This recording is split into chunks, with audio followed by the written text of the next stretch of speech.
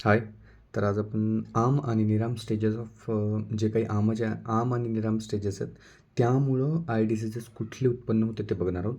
त्याच्यामध्ये इटिओलॉजी कशी सांगितलेली आहे. संस्कृत वर्ड आम जो की आपल्याला माहिती आहे, आम या शब्दाचा अर्थ काय होतो, तर इट्स टू बी अनडायजेस्टेड किंवा indigestion is also called as आम, जो की रॉ फॉर्ममध्ये असतो. आणि आम म्हणजे काय, तर indigested food material accumulated due to impaired digestive fire किंवा अग्नी. आपण अग्नी जिथं डिमिनिश्ड होते तिथं आम हा प्रोड्यूस होतो. सोपं आहे. तर त्याच्यामध्ये काय सांगितलं परत काय सांगितलं त्यांनी, आम फॉर्मेशन इन द आय. डोळ्यामध्ये कसा आम फॉर्म होतो, नेक्स्ट टाइम सांगितलं आम फॉर्मेशन इन द आय कसं सांगितलं आहे. Is the ama in the eye develops when dosha imbalance. जेव्हा दोष माहिती आहेत, वात, पित्त आणि कफ, हे 3 दोष जेव्हा डिस्टर्ब होते तर तेव्हा त्यामध्ये आम हा फॉर्म होतो. डिस्टर्ब्स नॉर्मल ऑक्युलर फंक्शन, जे काही नॉर्मल फंक्शनिंग आहे ते डिस्टर्ब होते, leading to metabolic waste and inflammatory byproduct buildup. Inflammatory हा त्याचा बाय प्रोडक्ट बिल्डअप होतो मेटाबॉलिक वेस्टमुळे येते. आणि ते जे आहे तर मुख्य म्हटलं त्याचं काम तर काय, तर ते चॅनल्स ब्लॉकअप करते, बरोबर. त्यामुळं सॉरी हे आम फॉर्मेशन होतं आहे आयमध्ये. तर नेक्स्ट पॉईंट काय त्याचं, क्लिनिकल फीचर ऑफ आम, म्हणजे आय स्टेजेसचे डिसीजेस क्लिनिकल फीचर्स काय आहेत त्याचे. तर त्यांनी काय सांगितलं आहे याच्यामध्ये, काय सांगितलं आहे,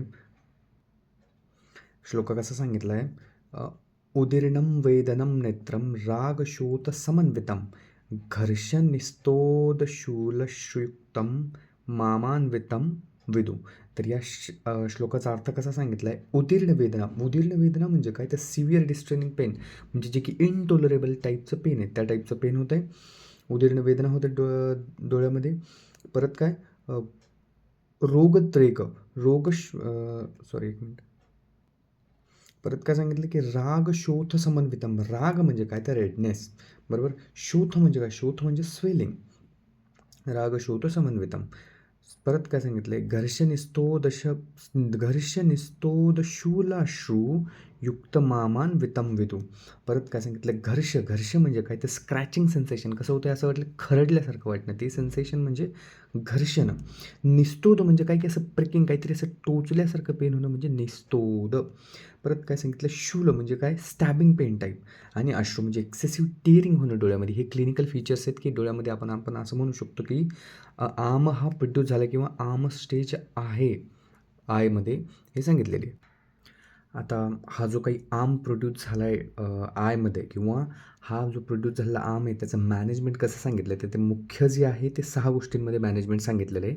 आयुर्वेदामध्ये त्याचा ॲप्रोच कसा घेतला जातो आम स्टेजसाठी. तर प्रथम बघितला जातो तो लंघन, म्हणजेच फास्टिंग केली जाते. सेकंड बघितला जातो तो स्वेद. Third is a pralepa. Fourth सांगितलेलं आहे त्यांनी तिक्त अन्न. चौथा इज फिफ्थ इज अ धूम. आणि ह्या गोष्टी 4 दिवस रेजिमेंट फॉलो करायचा आहे. म्हणजे असे 6 स्टेजेस सांगितले त्यांनी. त्या श्लोका कसं सांगितलं आहे, स्वेदः प्रलेप तिक्त अन्नम धूमो दिनचतुष्टय, 4 दिवस वापरायला सांगितले. लंघनम चक्षुरोगानाम आमानाम पाचना आणि शटम. तर कसं सांगितलं, स्वेद सांगितलं, बरोबर. त्यांनी काय सांगितलं, माइल्ड फोमेंटेशन किंवा जेंटल आपण जी काही वॉर्मिंग आहे ती दिली पाहिजे. जसं की आपण हर्ब कुठले वापरू शकतो, तर आपण वसा वापरू शकतो, निंब वापरू शकतो, किंवा त्रिफळ्यात 2-3 गोष्टींना आपण त्याला स्वेद देऊ शकतो. 5 ते 7 मिनिटाचं स्वेदन द्यायचं. आणि एकदा किंवा वन्स ऑर ट्वाईस आपण देऊ शकतो ते स्वेदन. तर आता कसं सांगितलेलं आहे, क्लिनिकल एक्झाम्पल काय दिले त्यांनी, बाबा steam fermentation with a triphala decoction in a patient with a, म्हणजे डोळ्याचा एक आजार आहे त्यामध्ये त्यांनी फर्मेंटेशन दिलेलं आहे. नेक्स्ट सांगितलं आहे त्यांनी प्रलेप कसं सांगितलं, प्रलेप म्हणजे काय बाबा, ते एक्सटर्नल ॲप्लिकेशन ऑन आयलिड्सवरती आपण एक टाईपचं असं लेपन केल्यासारखं हे बनू शकतं, स्पेसिफिक पेस्ट वापरून, जसं की एस्टिमोडोजो किंवा सेंदव साल्ट, लोध्र वगैरे वापरून 20 ते 30 मिनिटासाठी आपण देऊ शकतो, बरोबर. नेक्स्ट सांगितलं त्यांनी, काय सांगितले, तिक्तान्नम म्हणजे काय, जे असं फूड, असं अन्न जे की बिटर असलं पाहिजे टेस्टला. एक्झाम्पल आपण काय घेऊ शकतो, ते टर्मरिक झालं, फेनिग्रिक लीव्स वगैरे झाले, ह्या गोष्टी आपण वापरू शकतो.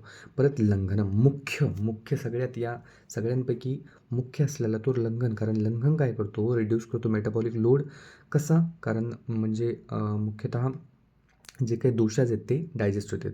हे लंघन म्हणजे मेंटेन केलं पाहिजे आपण मिनिमम 3 to 7 डेजसाठी, डिपेंडिंग ऑन जसं पेशंटचं स्ट्रेंथ आहे, जशी पेशंटची कंडिशन आहे, जशी त्याची सिव्हिरिटी आहे, त्यावरती आपण म्हणजे लंघन किती दिवस ठेवायचं ते ठरवायचं.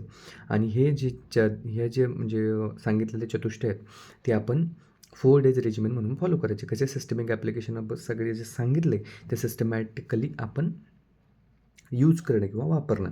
सांगितलेल्या चार्टप्रमाणे हे सगळ्या गोष्टी आपण बघितलेल्या आहेत की मॅनेजमेंट कसं कसं सांगितलं आहे त्यांनी ते.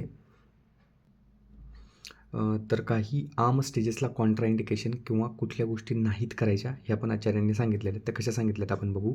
अंजनम सर्पिषः पानम कषायम गुरुभोजनम नेत्ररोगेषु सामेषु स्नानम चापी विवर्जयेत. अंजन मुख्य त्यांनी काय सांगितले बाबा की समजा ऑलरेडी आपण जे आय रिलेटेड म्हणजे कुठले सिम्पटम्स आपण बघितले म्हणू शकतो किंवा आम जेव्हा डोळ्यामध्ये प्रेझेंट असतो तेव्हा काय काय होतं आहे. ऑलरेडी उदीर्ण वेगनं असतात. त्यानंतर नेत्र राग शोथ समन्वितम जो श्लोक आपण बघितला आहे त्यामध्ये वेगवेगळ्या टाईपचे स्वेलिंग पेन्स आणि स्क्रॅचिंग टाईप्स ऑफ सेन्सेशन होतं आहे. प्रिकिंग पेन राहते. ह्या गोष्टी असताना ऑलरेडी विचार करा की बाबा डोळा सुजला आहे. त्यात आपण परत जर तिथं अंजनचं ॲप्लिकेशन केलं जसं की आजही लोक खेडे लेवलला एक साधारण भेटणारं एक म्हणजे अंजन अंजन म्हणू शकतो. लहान लेकराला बाळाला बरं होतं तिथं आपल्याला मॉडर्न मेडिसिन आपल्यावरती टीका करतं की बाबा तुम्ही अंजन म्हणजे काजळ लावल्यामुळं मुलाच्या डोळ्याला आजार वगैरे झाला असं आहे. म्हणजे थोडक्यात माहिती नसताना आपण कुठली गोष्ट करणं तर किंवा ऑलरेडी डोळ्याला इजा आहे तिथं अंजन वापरणं हे कॉन्ट्रा इंडिकेटेड ही गोष्ट आपण नाही करायची. सरपिशह म्हणजे काय बाबा कंजक्शन ऑफ द घी. आपण म्हणजे ऑलरेडी आम वाढलेलं आहे ठीक आहे. घरता आम नाही वाढवत पण त्याचं नाही म्हटलं तरी एक क्वालिटी आहे ना तेलासारखी. त्यामुळं आमाचं आपलं घी देखील नाही वापरायचे. सरपिशह पानम घी नाही खायचं. कषायम म्हणजे काय ॲस्ट्रेजन डिकॉक्शन्स कसं का नाही वापरायचे बाबा. मे बी जे टिश्यूज आहेत त्यांना कन्स्ट्रिक्ट करू शकतं. आणि जे घृतं आहे आपण बघितलं सरपिशह म्हणजे घृतं ते काय करू शकतं मेटाबॉलिक जो काही लोड आहे तो वाढवू शकतं डायजेशनवरती. त्यामुळं मग नाही घ्यायचे ते. आणि गुरुभोजनम हे पण महत्त्वाचं आहे कारण ऑलरेडी कफ वाढलेलं आहे आपण बघितलं तर आम ऑलरेडी प्रेझेंट आहे. तर मग त्यामुळं गुरुभोजन केलं तर आणखी आम वाढन. त्यामुळं गुरुभोजन देखील अवॉइड करायचे. परत काय सांगितलं नेत्ररोगेषु सामेषु स्नानम चापी विवर्जेत. स्नान देखील का सांगितले स्नान त्यांनी का सांगितलं असेल. ह्या काय करू शकतो बाबा जो बॉडीचा इन्फ्लमेटरी रिस्पॉन्स आहे तो बॉडीचा इन्फ्लमेटरी रिस्पॉन्स हा वाढू शकतो. त्यामुळं आपण अवॉइड करू शकतो. किंवा आता मॉडर्न इंटरप्रिटेशनमध्ये काय सांगितले त्यांनी avoiding exposure to the extreme temperature. त्यांनी थोडक्यात काय सांगितलं स्नान का तर आचार्यांनी ऑलरेडी काय सांगितलेलं की बाबा जो उष्ण पाणी असतं उष्ण ऑलरेडी पाणी असतं स्नान करते डोळ्यावरती घ्यायचं नसतं. त्यामुळं डोळ्याचे विकार होऊ शकतात किंवा जी डोळ्याची स्ट्रेंथ आहे ॲबिलिटी हे बघण्याची ती देखील कमी होऊ शकते. हे ऑलरेडी त्यांनी सांगितलं आहे. आणि हेच मॉडर्न पण म्हणते की बाबा जे काही गरम पाण्याचा एक्सपोजर आहे तो जास्त नाही करायचा. म्हणजे अतिउष्ण पाण्याचा कॉन्टॅक्ट नाही लागला पाहिजे डोळ्याला.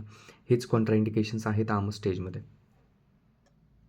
आता त्यानंतर जे दोषाज आहेत आपण समजा ट्रीटमेंट केली किंवा अदर नाही केली किंवा जी आम स्टेज होती ती निराममध्ये कशी ट्रान्सफॉर्म झाली हे सांगितले की बॉडीमध्ये म्हणा किंवा आयमध्ये कुठले कुठले चेंजेस होते तर ते सांगितले की मोस्टली आता आपण बघतो आम जेव्हा पाचन होतं तेव्हा मोस्टली अग्नीचं वगैरे वर्धन होतं. चॅनल्स वगैरे क्लिअर होतात आणि जे काही इन्फ्लमेटरी साईट आहे ती सबसाईड होते. ह्या गोष्टी झाल्या. आता त्या निराम स्टेज कशी डेव्हलप होते ते बघू आपण.